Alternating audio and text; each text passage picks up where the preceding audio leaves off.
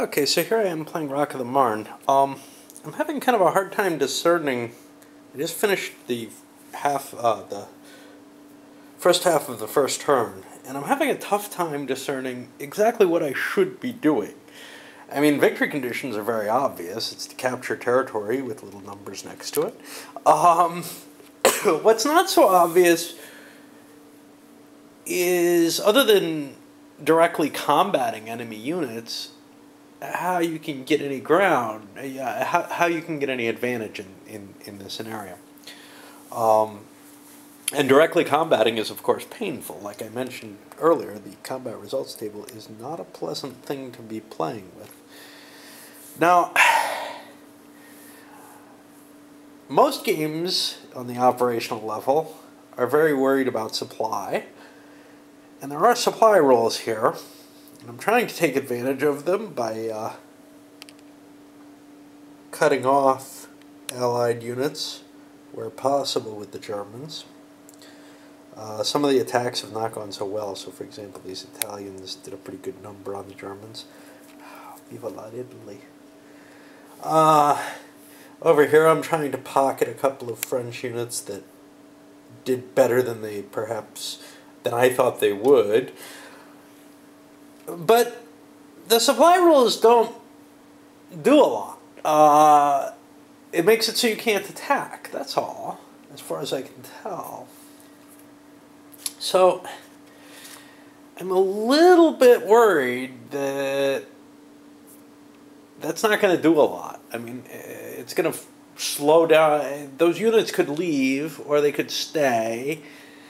It doesn't really even make them want to go away particularly. I'm going to have to look at the situation and see a little better. But right now, I'm just not getting a good grasp of the game in terms of what I'm trying to do. I figure maybe after I play a little bit, I'll have a better feel for it.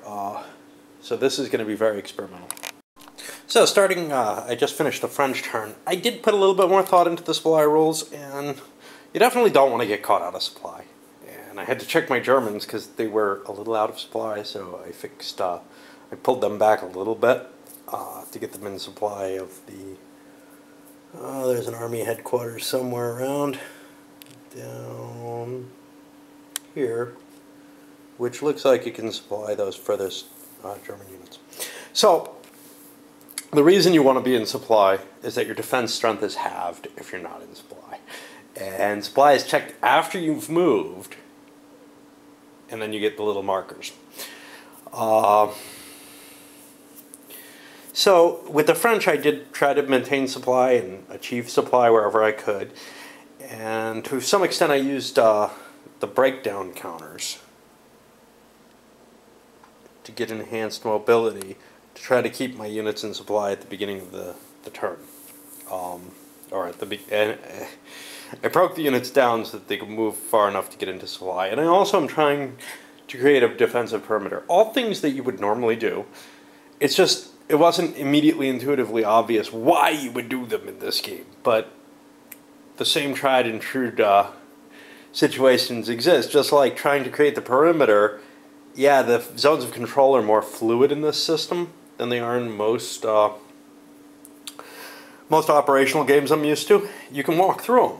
They just cost 2 extra victory points unless you're Strasstruppen, in which case they're only 1 extra victory point, or 1 extra movement point. So there are still a couple of French units that are out of supply, though.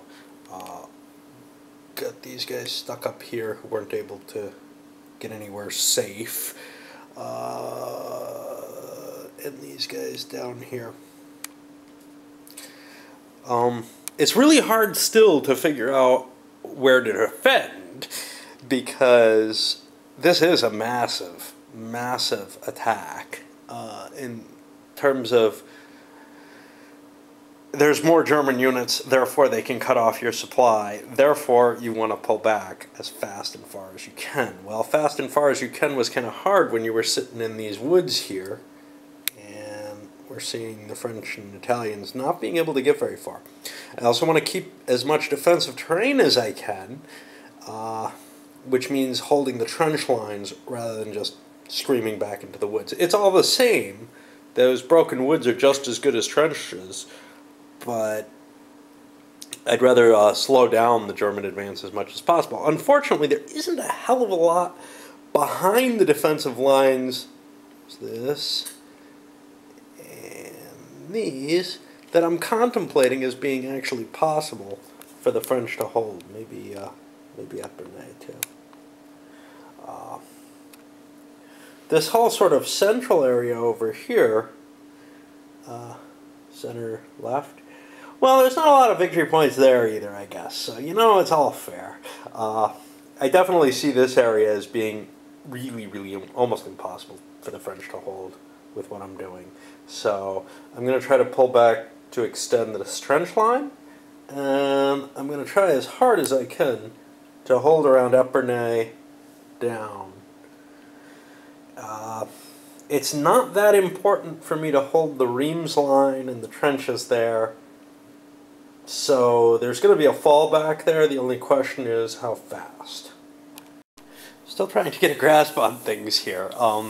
I played another German turn. We're seeing some serious breakouts in terms of them defining territory out here. There's no French in there at all. It's hard to see the Germans even, but everything kind of blurs together in this game.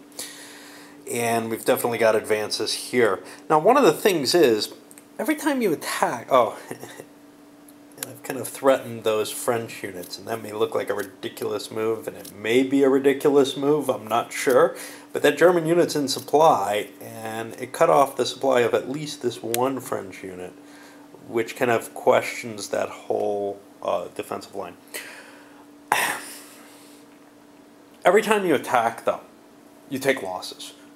So even those little piece of crap units that the French had up there, if you attack with a decent-sized German unit, the German unit takes a loss. Which is why the breakdowns are so impressive, because they take less taking a loss on them is less of a big deal. I'm still really kind of flabbergasted by this whole game. Very, very much a game of maneuver, though. Somebody threatens your position, you pull away from it.